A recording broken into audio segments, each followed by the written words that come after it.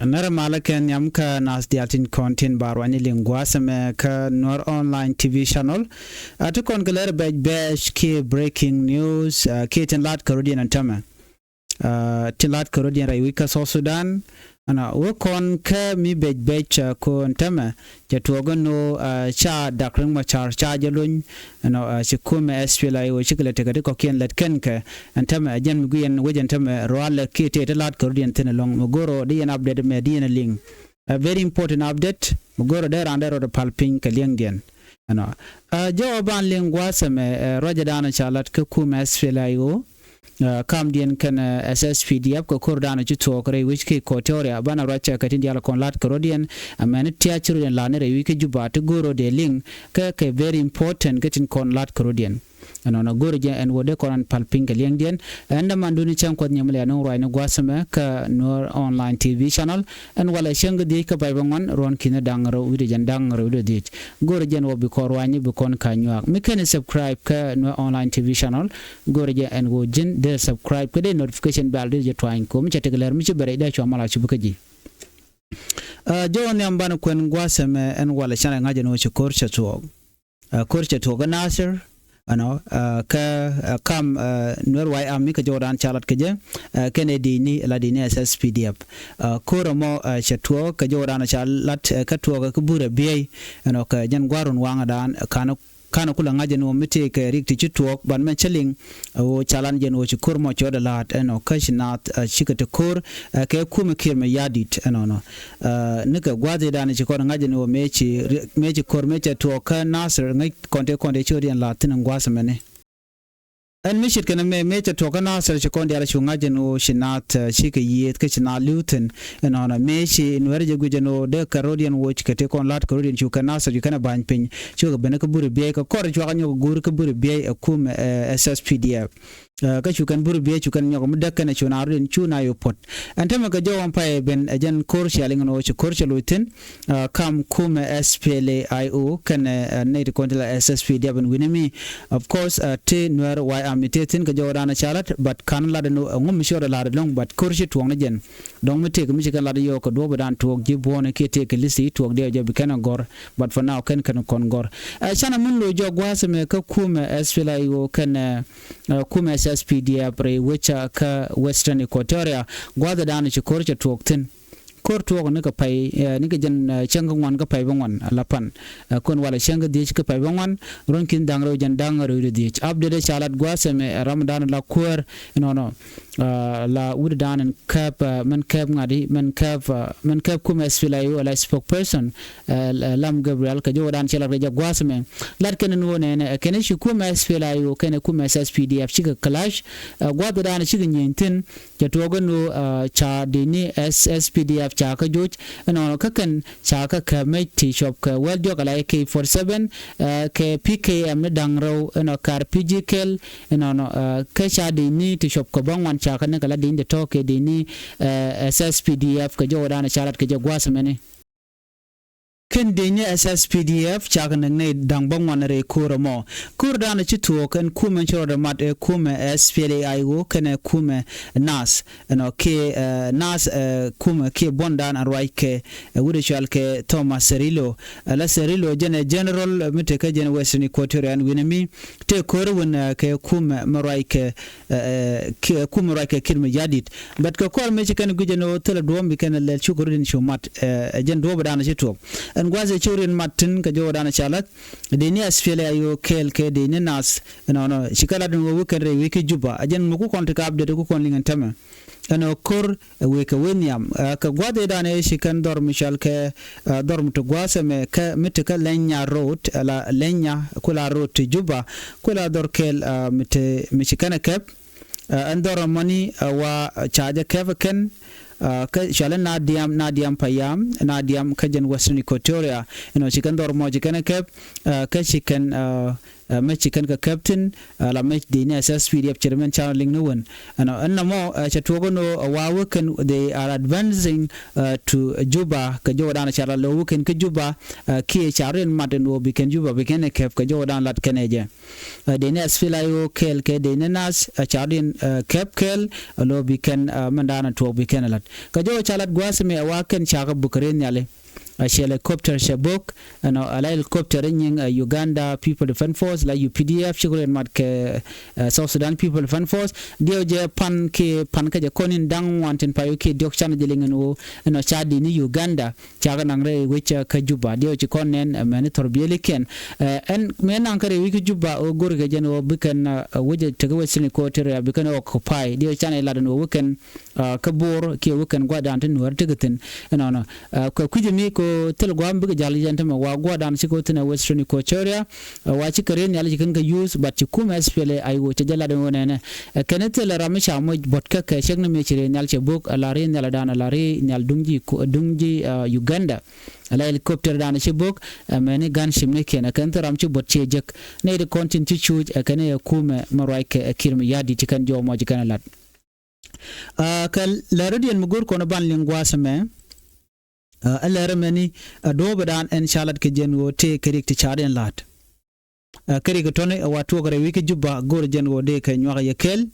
according to the information adana shano gwasame jen gor man wo banyoga yekel information che je gwasame wa te ke ngani jani rewich ke juba ken ngende to wa ke ngani ti shamush kamech an dobadan mo kamech ke je ka jodana shalat gwasame ni wa ken shaga de kamech kan meti to kwal kujeno ngum da ka make je jen gormono banyo ka yekel ko squeak kon mandan en le rode of course ngai kon no trick to wan tikitin but mi shewo ko dong te kan de mu ka mech kirmen dan shaling gorjeno de na tikin ngitin mech da ka kede ke dobe dien mi shagu ke je kuma kirmi yadi de no be netin kondini tere wej baga moy karik so jo me goro kwala nyoga yekel o de yente ka ngach kamandan le rode ke dobe dan de na ren ganka je ko mi to la to kana me gorje en wode ne ideal de tikaliang ano beje kwen according to mandan en chagor gwada me ano shalado ne na pan kawar pan kawar ler mo kan ideal na me lar gan werin kontin ngany mandan le rode kenene ne akana tiang ka wor ka jom chikana lat kani ka tawero changwani jani wa chaga mo kamech rewi ki juba kamech to wa kamech tieni ana ki klein chaga kam ka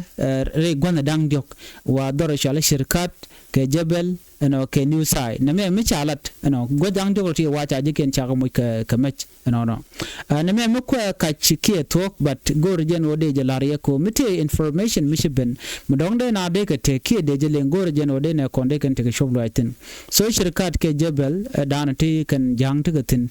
ke new side ngai kono gote ti shirkat jebel new side tin wer konte gatin so kan gote ti bode na rodi ne rele gatin ko che gwano dong de rande je mam ki de je mo kerek mi chi jande rande ro ko unimis den yene konte ka juba kere wika South Sudan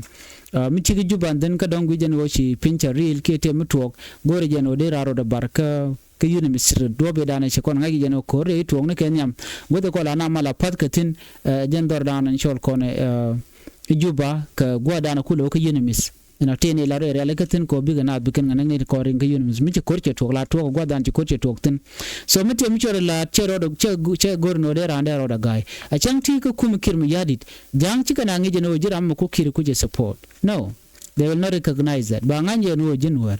so ko jinge jeno shi jiram mi te ka gor ka ci te ka shoot mangai ke mi te ko kum kirmi yadit so please gor jeno bi yerodun releka ko ciran cerek ce bijek menyam wonin ko ba ji jogono jende rodo gankarwado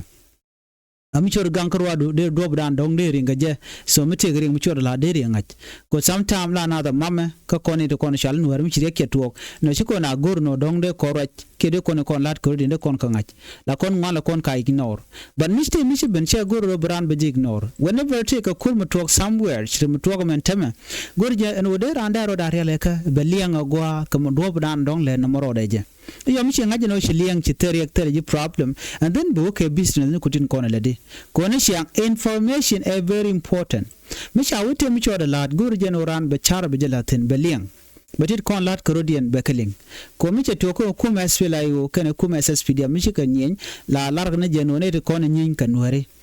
kana nga kana jang den ba nwer ba target so jin gor jeno be bulu lor bang ka dom ku jeno do na de ku je che chong gor je en wo eniran be yik del te kaliang katin kon tin ledrodian korun chi bilaro sha mam kwa jamana le rode all this thing chicken go gor jeno bana tichkiti bana ka ngach ngai kon diala no tilat Caribbean tama ka tibej ko bejke baro dan de laler no gwada dan tering michitwo gwada dan ko kona liengnike no gor jeno de ko dan leler ke de ko dan ler do dan de no wakaje korun mi chidwar chetwo kan den chabulana jeno na me chetwo ka kana ngach kan tara kon ngai ko kona mala la ne chan kon were la kon weche kon mam wen chidwar chetyak ka cha kon be mam kon chana mam ka wal ngai kon all the information in kon lat Caribbean so gor jeno de quantity de kon ngaje no ko ngune no so mangai kon re wika so Sudan ata dan shangna jeje so kujemo dero da zil ngaje no nga yen da kren mo charche je bija ka very simple chaje yen jene kamre kene kir che kamre kene kir yende kon de kon shala nuare lat ke jego no mi gwijen go dong cha yen da kren mo chare jaram dan tigarek min char nyok again cherbe witin kon lat Caribbean neri kono naka kitin kwa target kanwer ko kanwer kaniti kono dong la mala rid mite gring michore lat den buka right tikana gorno dong der andere biet ana mite mi jeng lat ke la kana gorno buka right buka jodien buka to banne me chaje gor kum kirmi yadit she gorno teganwer mideriet she gorno teram mo mide jode jitop so jen minen yana tema gorja ne ideal de na de ko den gang no ko gor kono bana tin kontu bana ka ngach nende ko dana leller eno kor ti ka kor gor liang so kon mu gor kon mal kenyam gor jeno bana krudan kon ngaje no ko kon ngane eno me kwa kon mo ke siase eno yen ngum gori en reg machar ka je ki ngum gori no biya nyinge kuma je kon tinyeni kon ke kuma kon gang kon rudana me shal self defense mene me baye benek re duarun boko ye helicopter ngum de yen lat ngandi yedun gang medan je toke 2013 chere mangai kon barai now jena toga ntam ke jen 2025 amen special ka jen 5 ngona me no bane ngaje no bungwan bugo okay different direction you know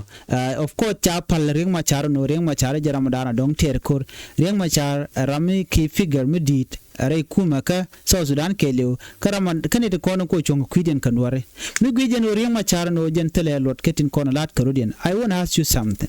goro je deje tika kel randu mengete mo enu te kirma yadit ke chunkel ke kirma yadit okay eren machara ku jena kwaje wuch aku jere kwar ka chile la kwar ki leader mute kel ke kirma yadit no kwaje abandon kwaje ban pinchet kala dan logyeneja my question jene jira mamo mitere kumo kamo run mishile beneno ka genial ke chaje no kanwari no ko guru jeno bi kombi je gor lele competition lele je gor kange jeno benwer bi kana gor what do you think bi kirma yadi de let keje gui jeno be jepal teji be pal jira mamo ko be ngajino en ramu mamo gor kanwere e target kajang baji del target ko she kir ala kir she gor jeno te kanwer mi de nok kanwere gui jeno re ma char jela re ko banno e ma char shirek awo nwar jela re kono kano nakaje je chana jenen wuri shalke makwai tut Nuer spiritual leader je shajenen jene je rode jender kuma SSPDF dere kai mak kamalakal jena ka yot chaling no jene te kan Nuer ko mobilize gor jeno be SSPDF be kamak and then she take Nuer yurden je ke jogo no kira roine ka Nuer ti karwach ke wuri shalke me makwai tut koma kwa nyuwe korwe jetu ka benyin kena SSPDF ngai kon membe to Nuer dial be kana gor gun Nuer ke je civil war baban so mi chit kana memenen kona rami mi cha ngaje no Nuer mi dong gor ke ben jaram dana ba target je ne to what do you think managing borun bijina target look du kedeng ma chare zero is better ko dir chonkel yana je den bu gor duom ba je no ko je Nuer cha je bi no ko Nuer ko jin e chireng ma char che lo ko marikel ke kirma yadit no go jiko you are useless you are nobody keje when chi gware to ko den bijina zero ba je wo ne dialti yos kanetin kon de kelke kirma yadit kir is using you be use ka do badana be je keje but when you guys strengths and braveness or would they lara would bomdu ka bangdu ka power anti je when che talk ti jina week ba ju kedrar kir be ju kedrar be ji jo wer chen gor so janta dana talk kene dele akwani la kwarre maka panal ka jongle is a temporary ba ko wajurun mi che power anti tede che talk ka brana na ne ka jel ba o yene je so de kon gujidi na de kon gujeno gor kon chonkel okay take up den mi gor no be nyoga ye kel gwatame anyok before ken kon lunjok dung Mayut County Commissioner en chawuch no men chawuch kwang chorale dia je kon dia te ngaje longo no jen chaje wo gwad mi china gwadul ka tente gadol mi chadul na rewik ka malakal lana mo wa commissioner forum mo dole ne ri konti la commissioner ten ka governor ala kwaren kon tente ka county level so kan kon ka county level chaje gono kwarana ka Mayut wacheron ko odi bala kwar ka Mayut chayu kapchong chay suspend chana mendan le rode so ler jotu an jaram dan kep min kep Mayut barta ji jaram dan kep Mayut chaje wuch ko wajene te ka bondo dien meteten take information to shalat online and wajene shaka gor ke cha conversation da ka WhatsApp chaje jigne to chi jikto donc men ka te ko ne ko gujeno nyakan ngwane kel and then chicken information tand in kon lat ken pin chicken ko tanrar and then cha ler jok chaje suspend anyo ler jok point ka jo pai benata me chala wajene chaje yen watel wa yen na kamal kal this is a current information michejek ko waler juak aramicha yen mungol wa yen atama mugoro dong deje kullun ko gwasen be but kwala kuj reason andan en yen kaje kaje no chele laran mo shunkel ke doctor macha dumle le shunkel ke machar de laro no jen arami mo me dong chidwer chelat ko en kumandana roj ka malakalan tamma ka penal weni jang kwang chorale jang ko arami mo mi mela kwere ki governor so ngai kona so en Ramo, Ramo, especially de Colaro Kennedy Condela Jang, but Yerudian Corodiana, but problem at Ogane. And where Michigan Madalocha, Rujak, Lo Riken, you know, men, Mugurkan or Tim Letkana, Michigan Chonkel Kirmia, you are a Korean going to ping, not take a bone gang, and a me, not let a politic, not tie, then do real white Corodian. No more but no Terra Corodian. Then no don't look at Alorodianaka. So chaler jo tuan chaje wuch no kajen do badan chagui kajen chadela do chaje yen dio je dom shaka social media tel mi chaje ka kwide mi chalat but ram chala do jen chaje yen tema ka jo dana chalat keje mi dong te mi do dien mi kwije mi kana kon ngach but jen chaje dil yen re which kamala kala unless chaben live ke information chaje gor but ka do dana chalat keje ko jen chala do jen chatia ko bondo dien and bon michal ke coalition bon kene kon charin mat bon content like Dixon Galwak kwa kujen wo ngumle roda but information chana je ko jen chaje jek ke chaje kep ka ranin konen chaje tin chaje ka social media tin chanyo kana kela wa go jen wo jen dan en wo keje ka chaje suspend keje ala Mayut County ngoda kana kwen new commissioner dong baje kwen very soon so kwa carry action dan to wika Mayut ba minutin cha ler jotu an chaje wika chaje yen ka jodana chaje kemen chaling so na me amle roda chana min lu njok be ka ta dan len ngwana rudin ka je ka buri be doran kone shal len wari special en dor mo ke liu mishal ka monu a penal doran kone shal len wari ke we ka jongle mi rai kon ka buri be ne ko gwade dan mi chor me je tok kon dia la ngaje no tinwari charien wo ban wari chi kan kuma SSP de kan jogo no de yerun wo but chaje no en dor shal ka me bure be jen agwan mi latke market tin kodi jen atieka karol bun kala tin chal bun la kan chama la jalsin so jen agwan mi naka kuma kin mi yadid but kamen choda larin walle wuci kurche tedi cha tokten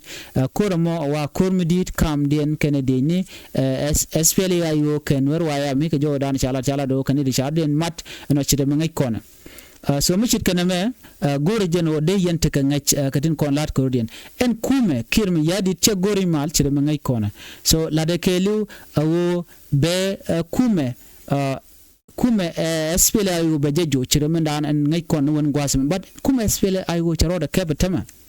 joda keb puch man chale o chararo da kef ajem nan yana tama ko western equatoria joy kana ko western equatoria gor kano de kan dor chalka me juba de kana kef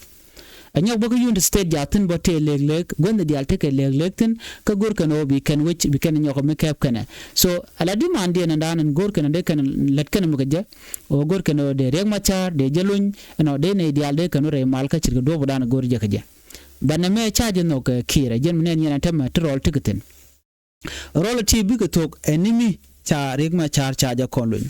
so mishit kana me agendan en goren wode nywa yekel ka tadan en shalat kije tadan de korije kana do badan andong de malder bin geje so mal me gorge jeno be bere which ka so Sudan gorge jeno ba rigma char ba je konlun and then banachu continue ka mal dan gorke ban mu ken charing ma char charge lun jen chane no korbun jen ka woniam so ku kon mbro la de run ke molka rewi ke juba ke gontin ko ken but telat kon gati ka telat korodien jo me jandana gore de nywa yekel